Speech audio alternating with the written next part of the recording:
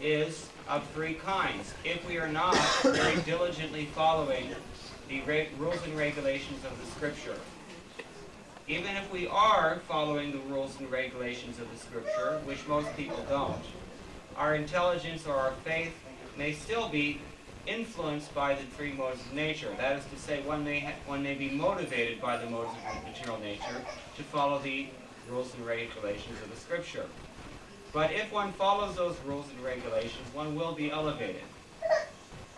However, Arjuna, to set the context here as we recall, at the end of chapter 16, Krishna makes it very clear that one has to determine what to do and what not to do on the basis of revealed scripture.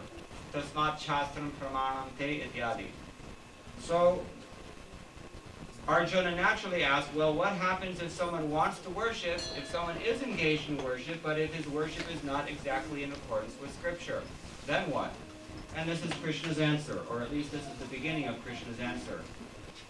Trividha bhavati shraddha. There are three kinds of shraddha, three kinds of faith. There's sattvic faith, there's rajasic faith, and there's tamasic faith. That is to say, there's proper faith, or goodness, faith in goodness. There is passionate faith, and there is ignorant faith. Have we seen these things? Yes, we have. Faith in the mode of goodness, sattva guna, is, well, Krishna describes these things in the coming verses. But when a person is motivated by the reasons that are explained in the scripture, and he's following scriptural injunctions properly, that is called sattvic faith. He's acting on faith that is sattvic, because his faith is in the right place. If one is motivated by personal desire, and even if he's engaged in activities that are also sanctioned by scriptures, he may be passionate. For example, if one wants to worship demigods instead of worshiping the Supreme Person, then one is generally impelled by passion. How do we know this? That sounds like a dogmatic ISKCON statement, doesn't it? How do we know? Anybody know the verse?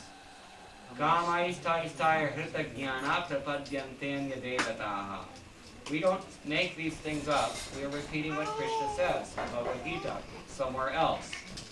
If one studies Bhagavad Gita every day and gets a sense, not only of the conversation as it flows, it must have transpired in perhaps an hour or so, but also keeps everything in context of the general tenor of what Krishna is presenting to Arjuna, then these things become fairly clear.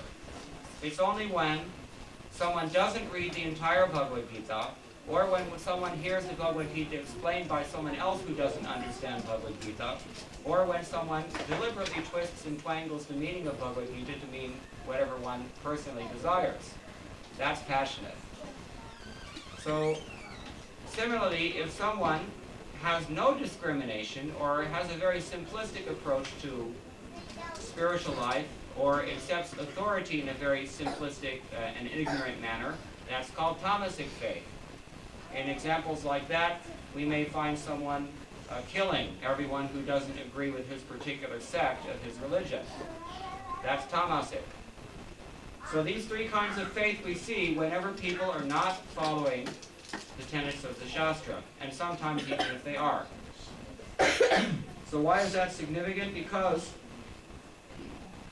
one has to understand one's own position, and there are a few, there were many statements here in this purport in which Prabhupada explains the position of all of us. Relatively speaking, whether we are in goodness or passion or ignorance, every single one of us has evolved a certain kind of mentality in accordance with modes of nature that we have embraced. Purusha prakritistho hi bhumte prakritajan gunan karanam guna sango asya sadasad yoni janmasu. That means that when the living entity is situated in material nature, or when the living entity is conditioned by material nature, he is going to enjoy a particular set of sense objects, and the mentality that is associated with that particular set of sense objects on account of his association or his being impelled by certain modes of nature. Karanam guna sangosya. The reason for this is his association with the modes. So one should be very sensitive to the three modes of material nature. This chapter is called The Divisions of Faith. It's expanding from this principle that different kinds of faith can be colored by different modes of nature, and we should take note of this. Previously in chapter 14, Krishna also discussed the importance of understanding these three modes of material nature. Sometimes Srila Prabhupada said that chapter 14 is the most important chapter of Bhagavad Gita. Why might that be?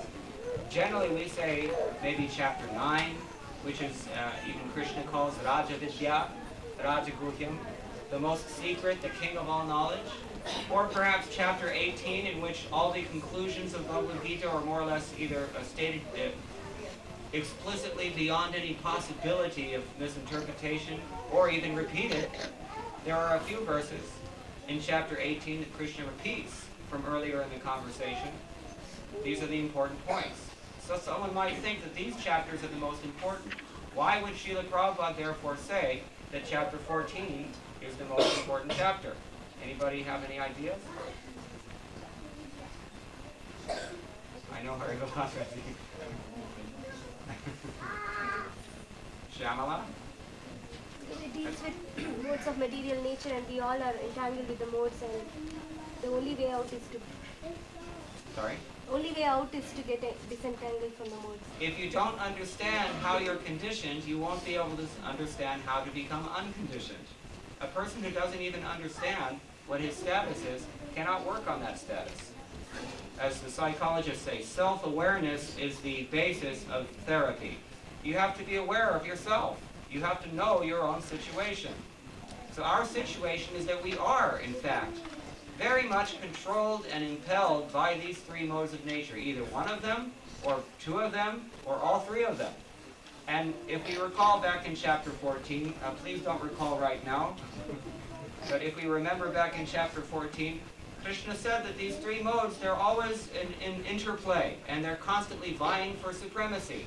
Sometimes goodness dominates over passion and ignorance, and a person becomes very stable and intelligent and mature and aware, and consequently he becomes a little bit proud also. That's the downside of the mode of goodness. Sometimes, on the other hand, the mode of passion overtakes both goodness and ignorance. One was not necessarily falling prey to the sloth that is characteristic of the mode of ignorance, or the stupidity, but neither is one acting according to the tenets of the Shastra in a responsible and progressive manner. Instead, he is acting passionately. He wants to fulfill some ambition. He's not going to have any peace of mind until he gets it. And that's what Krishna said, as we mentioned earlier. That's what impels people to approach various demigods, worship them to get what they want. And then sometimes the mode of ignorance conquers both passion and goodness. And one is simply indolent, as Prabhupada said here. He implies here in the first sentence, those who know the rules and regulations of the scriptures, but out of laziness or indolence, give up following those rules and regulations. They are governed by the laws of material nature, and I would qualify this, modify it by adding, it would appear that they're qualified by the third mode. That is the mode of ignorance. Because these are the symptoms of the mode of ignorance. Madness, lethargy, sloth, sleep, depression, anger, that is wrath, which is, non-discriminating. People do things out of wrath, and then they regret them. They suffer for many years after. People go to prison and have to live there for many years because of things that they did when they were wrathful.